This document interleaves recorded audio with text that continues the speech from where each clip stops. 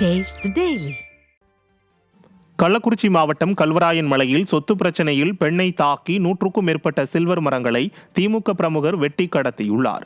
கல்வராயன் மலையில் உள்ள கரியாலூர் பகுதியைச் சேர்ந்த வேல்முருகன் என்பவருக்கு சொந்தமான 2 ஏக்கர் நிலத்தில் இருந்த விலை உயர்ந்த தேக்கு வகையான சில்வர் மரத்தை அவரது பங்காளிகளான சின்னத்தம்பி, தேவராஜ், சகாதேவன் ஆகியோர் வெட்டி கடத்தியுள்ளனர்.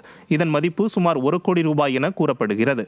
மேலும் வேல்முருகன் மற்றும் அவரது மனைவியை தாக்கி அநாகரிகமாக திட்டி கொலை மிரட்டல் விடுத்துள்ளனர். இது தொடர்பாக காவல் நிலையத்தில் பலமுறை புகார் அளித்தும் எந்த நடவடிக்கையும் எடுக்கவில்லை என குற்றம் சாட்டுகின்றனர். மரத்தை வெட்டி கடத்தி போலி பட்டா மூலம் சொத்தை அபகரித்து கொலை மிரட்டல் விடுத்த சின்னத்தம்பி திமுகவின் ஒன்றிய செயலாளராக இருப்பது குறிப்பிடத்தக்கது. மக்கள் விரோத திமுக ஆட்சியில் நில அபகரிப்பும் திமுகவினரின் அராஜக செயல்களும் நாளுக்கு நாள் அதிகரித்து வருவதாக பொதுமக்கள் குற்றம் சாட்டுகின்றனர். நீ இந்த காட்டுக்கு திருப்பி நீ வந்தீங்க, உன்னை ஜேஜிக்குள்ள புளி எடுத்து வெட்டி போட்டு புதைச்சிருவேன்டா. ஒன்னு ஆச்சுரா, ஒன்னு நான் சொல்றேன் சட்டம்.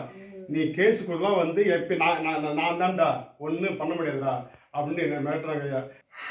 போலீஸ் ஸ்டேஷன்ல கேஸ் போய் கூட எவனோ என்ன முடியாதுன்னு கேக்குறாங்க ஐயா.